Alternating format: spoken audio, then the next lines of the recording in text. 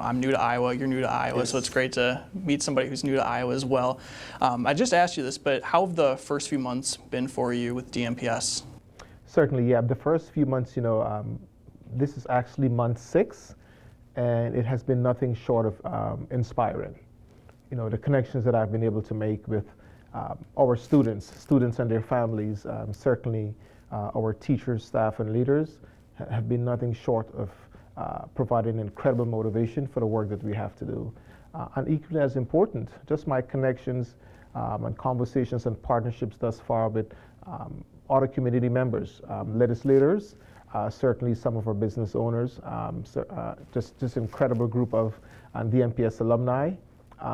All of those partnerships, conversations, and what I've observed in our schools thus far really bodes well for what is to come, not only for the rest of this school year, but certainly for years to come.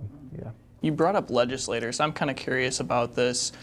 What's your relationship like? Being the superintendent of the biggest district in Iowa. Do you have a relationship with the state of Iowa, with those legislators at all? I would say yes, and I would say that it's a very positive relationship. We are sort of committed to making sure that we are approaching all of our connections with a spirit of collaboration. Excited about the fact that our Director of Education in the state of Iowa, Mackenzie Snow, has visited with us on a couple of occasions. She has certainly shared her vision for students in the state of Iowa, and there's strong alignment between what the director sees as her work and some of the work that we want to do, right? Thinking about early literacy, very important to the director, and certainly one of the anchors that we are considering. And even as I think about what I know in terms of the governor's vision for education, I know that she is passionate about and has talked about workforce development. Well, the programs that we have in place currently, and we are even considering building on, will probably put us in a good position to be an integral part of the pipeline in the state of Iowa to make sure that we're supporting sort of workforce development ideas and everything from healthcare to certainly even thinking about some of our other trades. And so excited about the partnership and relationships that we've started to strengthen with our legislators and the state in general. Yeah, something that the legislators, Governor Reynolds, introduced this year, the new book ban law, and that's why I want to talk to you about how clear, in your opinion, do you feel like Governor Reynolds and all the legislators in Iowa have they been clear with that law, in your opinion?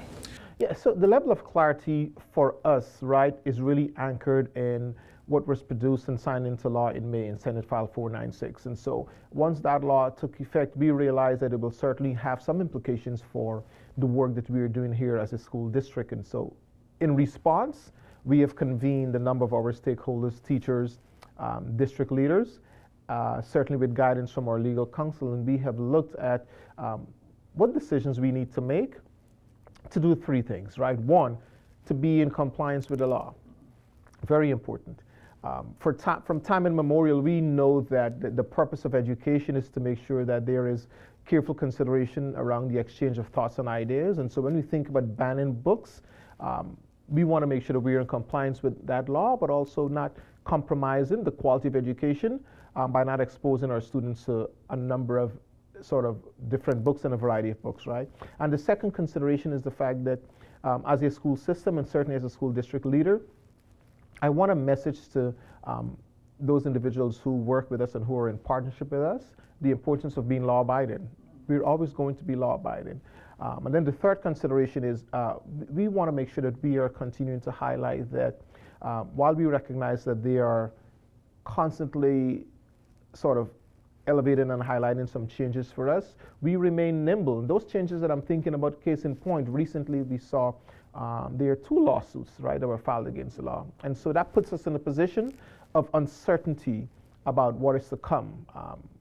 But while those are still sort of in the ether, we are in a really good place around our response to make sure that we are compliant. With Senate File 496 being signed into law this year, how can you make sure that that this law doesn't interfere with your guys' district schools curriculum? Yeah, so again, we sit in a place of making sure that we are sort of preaching and sermonizing to all of our community partners why we exist. And our reason for existing is to make sure that every single student who knocks on our doors receive a quality education. We certainly have to find a healthy balance with the quality of education we're providing and responding to legal guidance or responding to law that's put in place. And so our position is very simple.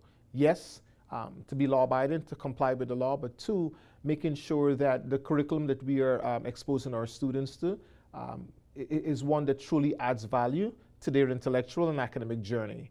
And one way of making sure that that stays in place and that happens is this continuous review of our curriculum materials, continuing to conduct audits, if you may, of our library resources, both libraries in our schools and certainly those in our classrooms.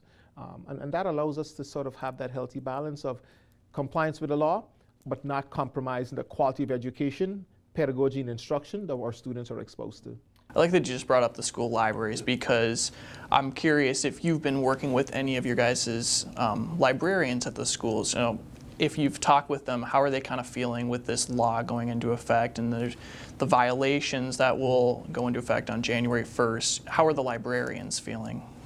Yeah, so from time immemorial, we know that providing students with a quality education, right, requires them not only to be exposed to curriculum materials, but also for us to expose them to what we consider to be age-appropriate books, age-appropriate content. And so even prior to Senate File 496, those are the practices that we've had in place. And so the conversations now with our librarians, our teachers and school leaders, are not far removed from what we've done in the past. One of the major differences is that now we have a law in the books that certainly inspires us to be more conscious and cognizant of what students are exposed to, what books they're reading, what materials they have. Have you worked with other school districts, other superintendents, you know, in the metro area or in Iowa as a whole to come up with a plan if you're going to be removing any books or just how to address this law in total? Yeah, no, so there are two thoughts. The first is one, we have a superintendent's convening of superintendents in the metro and certainly across the state where we meet several times, whether that's once a month in some instances, and sometimes it's a bit more frequency than that. And we've had conversations about certainly how legislative decisions impacts not just one school system, but all of us. And we have thought partnership around how to respond.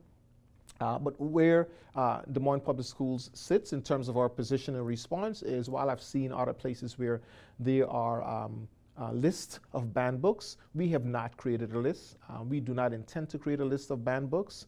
But what we are committed to doing is certainly to keep our finger on the pulse of what is happening legally in terms of the response to the law, to make sure that we are not exposing students to any sort of materials, curriculum, or books that is not appropriate to their age or to their educational journey. Okay, so you're not going to create a list of banned books because of the lawsuits that are out there right now. Yeah, there are two reasons, right? One, not only do we have two lawsuits against Senate File 496, but we value our partnership with the Department of Education, and we still have not received sort of final guidance from the department. And so once that guidance is shared with superintendents across the state, then we are going to pivot as necessary. We are incredibly nimble in terms of how we are responding to this. You know, we already touched on that you have a relationship with legislators in the state, and this is not really related, I guess, to Senate File 496, but talking with Democratic and Republican leaders, myself, talking with them the last few weeks, one of the things that they want to see in this upcoming legislative session in January when it begins is strengthening education. Yes. As a superintendent of the largest school district, having a relationship with both Democratic and Republican leaders, what do you want to see come out of that legislative session in terms of education? Yes, there's so much, right? I have a long wish list that I would love to be able to partner with our legislators around, but I also recognize the importance of having stated priorities, because if everything is important, nothing is important. And so there are two areas that I want certainly our partners, I would encourage our legislators to provide sort of a lot of intentionality around, right? The first is for us to be thoughtful about our teacher compensation across the state, and certainly we know that this is a national challenge as well. How can we receive state assistance to make sure that teachers are compensated appropriately? But as I think about what it is we are prioritizing here in Des Moines Public Schools, and I know that this is also a priority for a number of districts, is how can we ensure quality all-day preschool, right, centers for our students. Our number one legislative priority going into this session is quality preschools for all.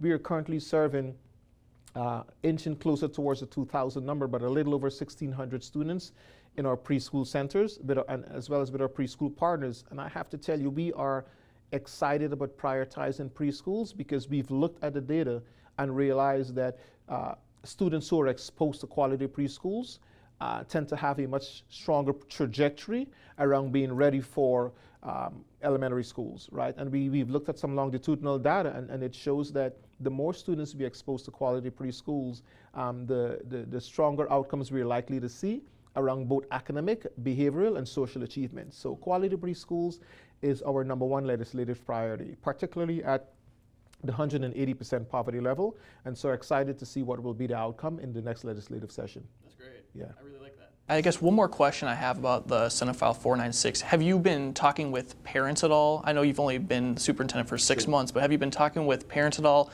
about if they have any concerns about, changing up curriculum at all with these books potentially? Yeah, the number of conversations that I've had with parents, the one sort of consistent theme that has surfaced is parents are concerned about their children being excluded because of either a stated identity or a perception about who they are. And our response to all of our parents is very simple, right? We are a school system that prioritizes including every single student who knocks on our doors, as well as prioritizing making sure that all of our teachers and staff, regardless of their identities, feel seen, heard, and supported 100% of the time. And so many of our parents have stated boldly that they are excited about and value the work we're doing, and quite frankly, they are dependent on us to take good care of their children. And so that's what we're committed to doing. Okay. One last thing that I want to ask you is about the ESA vouchers, giving money to families to potentially send their children to private schools. Have you guys seen an impact at all at DMPS, if that's impacted you guys at all? I think it's too early for us to really see the impact on that, but as I think about our commitment to constantly reviewing our data, we are anticipating seeing somewhat of a negative impact in terms of our enrollment, because certainly, any parent who is given an opportunity to seek other options, and it's an options that is paid for, I can see some parents wanting to take advantage of that. But the position that we are taking is to make sure that, one, we are increasing the quality of our education delivery model, and two, we are going to continue to embark upon a number of different campaigns that truly highlights what it means to come to the Des Moines Public Schools and become your best self here. And so while we know that ESA is there, we're not going to lose a lot of sleep over it. We're going to continue to make sure that we're creating quality programs for students and their families. Talking about collaboration and talking about, the different partnerships that you have and how this is all interconnected, have you had discussions with, public libraries, Des Moines Public Libraries? The conversations that we've had with the public libraries has not been about Senate File 496, right? We are thinking a lot about what are some of the programs and systems we can put in place to have a positive impact on early literacy. And those are the conversations that we are prioritizing with our librarians. Is there anything else that you want to add that we didn't touch on that you think that should be mentioned for the story? Yeah, I think so. While we are sitting in this place where we are seeing the intersections of politics and public education, there's so many things that we have prided ourselves in celebrating. And as I think about particularly here in Des Moines Public Schools, 6 months into the school year, there's so many points of pride for us. Of course, right, we are excited about the fact that Des Moines Public Schools has the 2024 State of Iowa Teacher of the Year. Right, that certainly bodes well for us, and it speaks to the quality of education and the cadre of teachers we have here in the system.